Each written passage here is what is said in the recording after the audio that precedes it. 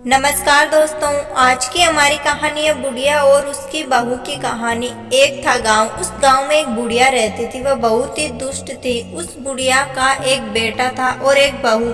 बहू बेचारी बड़ी ही सीधी सादी थी।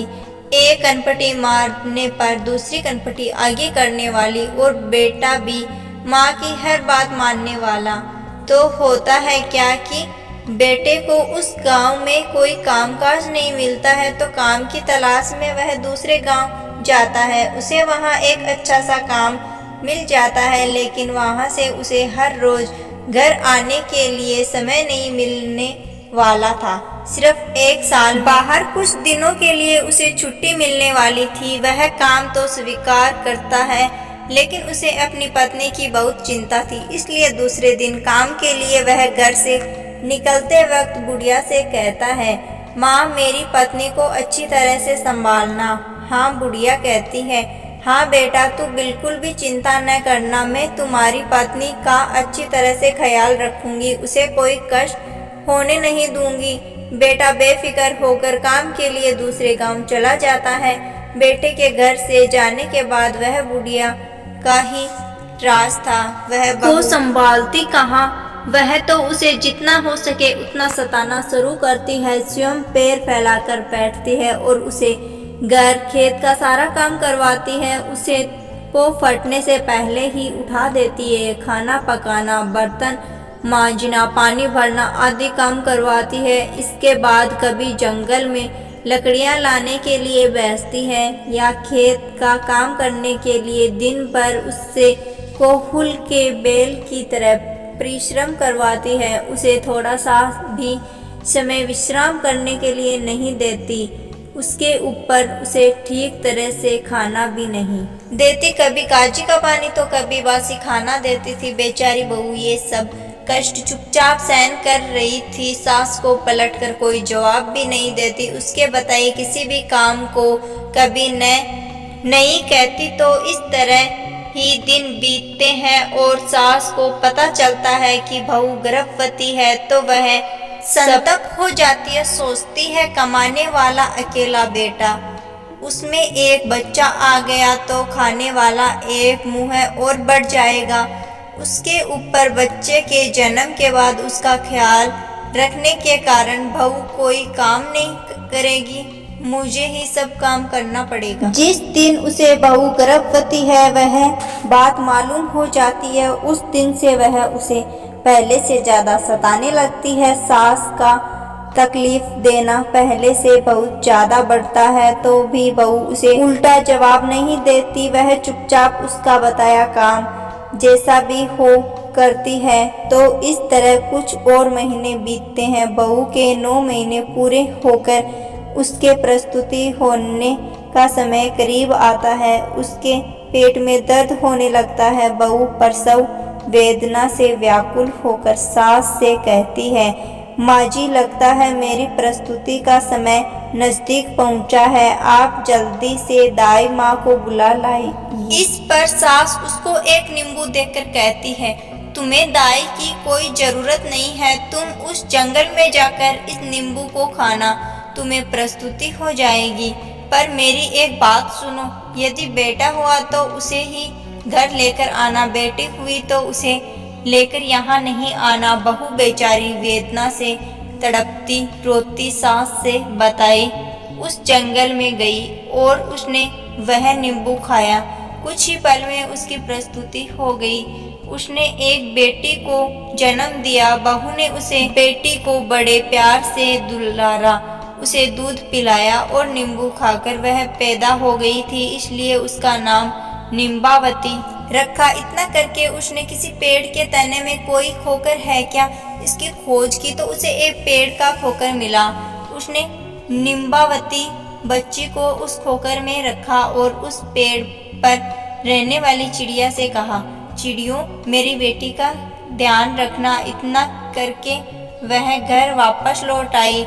जब वह अकेली घर वापस आती है तो बुढ़िया समझ गई कि उसे बेटी हुई है और वह उसे डर के मारे उसे जंगल छोड़कर आई है। पर वह बुढ़िया बात को पलटती है। वह गांव में शोर मचाती है, मेरी बहू ने बच्चे को खा लिया, मेरी बहू बच्चे खाने वाली डायन है। बहू उसकी बात अनसुनी कर देती है और मन ही मन इस बात से खुश रहती है कि भगवान की कृपा से उसकी बच्ची जिंदा है। अब बहू हर रोज ढोर डंगरों को चराने के बहाने जंगल में जाती और बच्ची को दूध पिलाती है। इस तरह कुछ दिन बीतते हैं। उस पेड़ की खोकर में निम्बावती धीरे धीरे बड़ी हो जाती है। इस तरह 1 साल गुजरा और बुढ़िया का बेटा छुट्टी लेकर घर वापस आता है। घर के अंदर प्रवेश करते ही बुढ़िया उससे कहती है, क्या बताऊं तुम्हें बेटा, तुम्हारी यह पत्नी मनुष्य नहीं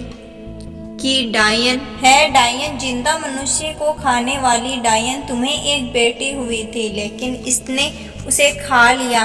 बेटा अपनी माँ के स्वभाव से भली भांति परिचित था। उसने जाना कि यह जरूर अपनी ही माँ की कोई साजिश है। उसने अपनी पत्नी से उसके बारे में कुछ नहीं कहा। पत्नी ने भी अपने पति से सास के बर्ताव के बारे में कोई बात नहीं बताई। अब कुछ दिन घर रहकर बुढ़िया का बेटा फिर काम के लिए दूर गांव चला जाता है तो वह दोबारा पेट से हो जाती है। बुढ़िया को जब ये बात मालूम हो जाती है तब वह आग बबूला हो जाती है। अब वह बहू को पहले से ज्यादा सताने लगती है। दूसरी बार जब वह 9 महीने पूरे हो जाते हैं तो वह बहू को प्रसव वेदना शुरू हो जाती है तो वह सास को पहले की तरह ही दाई को बुलाने के लिए कहती है। इस बार भी बुढ़िया दाई को नहीं बुलाती बल्कि मुट्ठी भर जीरा लाकर देकर हाथ में दे देती है और कहती है, ये जीरा लेकर उस जंगल में जाना और इसे खाना, तुम्हें प्रस्तुति हो जाएगी। बेटा हुआ तो ही उसे यहाँ लाना, बेटी हुई तो उसे फेंक कर आना। तो सास के कहने पर बहू उस सुनसान जंगल में फिर जाती है। वहाँ जाकर जीरा खाती है तो कुछ ही समय में उसे प्रसूति होकर एक बेटी को जन्म देती है। वह उस बेटी को दुलारती है, दूध पिलाती है, उसका जीरावती नाम रखती है और पहली बेटी को जहाँ रखा था उसी खोकर में उसे रखकर पेड़ पर रहने वाली चिड़ियों को उसका ध्यान रखने के लिए कहकर वापस घर लौट आती है।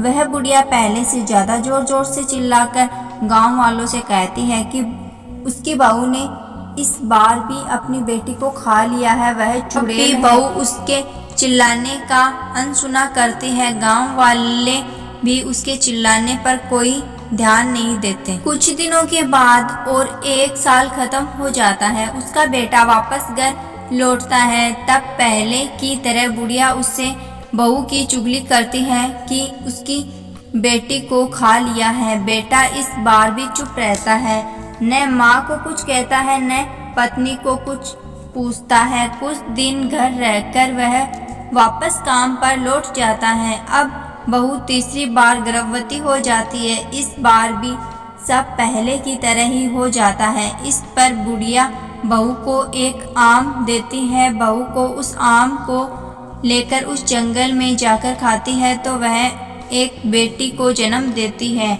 वह दूध पिलाकर आमवती नाम देकर चिड़िया ख्याल रखने के लिए कहकर वापस घर लौट आती है। अब बुढ़िया गांव के द्वार द्वार पर जाकर बहू की चुगली करती है कि उसकी बहू ने एक नहीं 3 बेटियों को खा लिया है। वह मनुष्य नहीं, खुद के बच्चे खाने वाली डायन है। बुढ़िया जिस तरह से शोर मचाती है तो लोगों को भी अब लगने लगता है कि उसकी बहू सचमुच बच्चे खाने वाली डायन है। तो लोग डर के मारे अपने अपने बच्चों को घर के अंदर बंद करके रखते हैं। करते करते यह बात पड़ोस के सब गांवों में फैल जाती है। बुढ़िया का बेटा जिस गांव में काम करता था उस गांव में भी ये बात पहुंचती है और उसके कान तक आती है। सुनकर वह बहुत ही परेशान हो जाता है। वह तुरंत मालिक से अनुमति लेकर गांव वापस आता है। इधर गांव में होता है क्या कि खबर राजा के कानों तक पहुंचती है। राजा सिपाही भेजकर बुढ़िया को दरबार में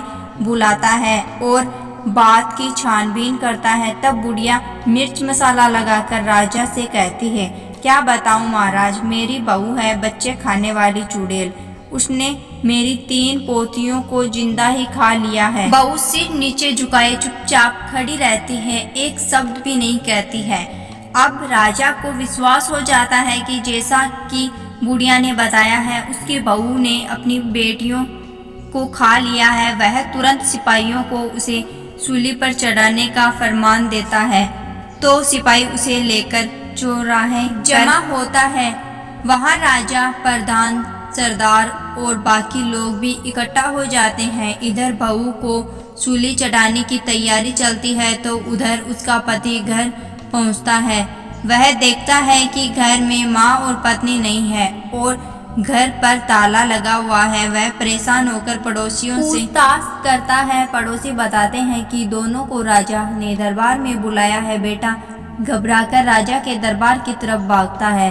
वहां जाकर उसे पता चलता है कि उसकी पत्नी को सूली पर चढ़ाने के लिए चौराहे पर ले गए हैं। वह तेजी से दौड़कर चौराहे पर पहुंचा तो वह क्या देखता है कि चौराहे पर राजा, प्रधान, सिपाही और सारी प्रजा इकट्ठी हुई है और कुछ ही पल में उसकी पत्नी को सूली पर चढ़ाया जाने वाला है। वह तुरंत राजा के सामने जाकर खड़ा होता है और हाथ जोड़कर गिड़गिड़ाता है, महाराज दया करें, कुछ देर के लिए मेरी पत्नी को सूली पर चढ़ाना रोक दीजिए। मुझे एक बार अपनी माँ और पत्नी से सच बात पूछने दीजिए। यदि मेरी पत्नी का अपराध है तो मैं खुद कहूँगा कि उसे सूली पर चढ़ाइए। राजा सिपाही को कुछ देर के लिए सूली पर चढ़ाना रोकने का आदेश देता है। अब बेटा माँ से पूछता है, माँ भगवान के लिए सच बात बताओ।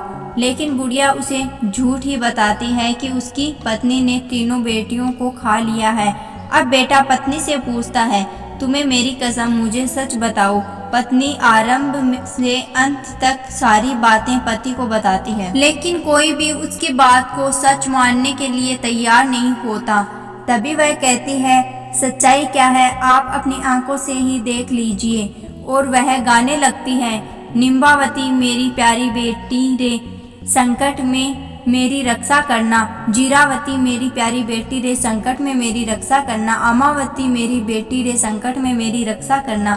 बहू का गाना खत्म होने ही की कुछ ही देर में तीनों बच्चियां जंगल से दौड़ती हुई वहां आ जाती है और अपनी माँ से चिपक जाती है। उन बच्चियों को देखकर बुढ़िया के बेटे को सच पता चल जाता है। राजा भी समझ जाता है, सारे लोग भी सच जान लेते हैं। राजा क्रोधित होकर बुढ़िया से पूछता है, अब तो बता बुढ़िया सच क्या है। राजा के तेवर देखकर बुढ़िया को कपकपी छूटती है, उसे सच बताना ही पड़ता है। सच बात जानकर राजा ने तो सूली बुढ़िया की बहू को चढ़ाने के लिए बनाई थी, उस पर बुढ़िया को ही चढ़ाता है।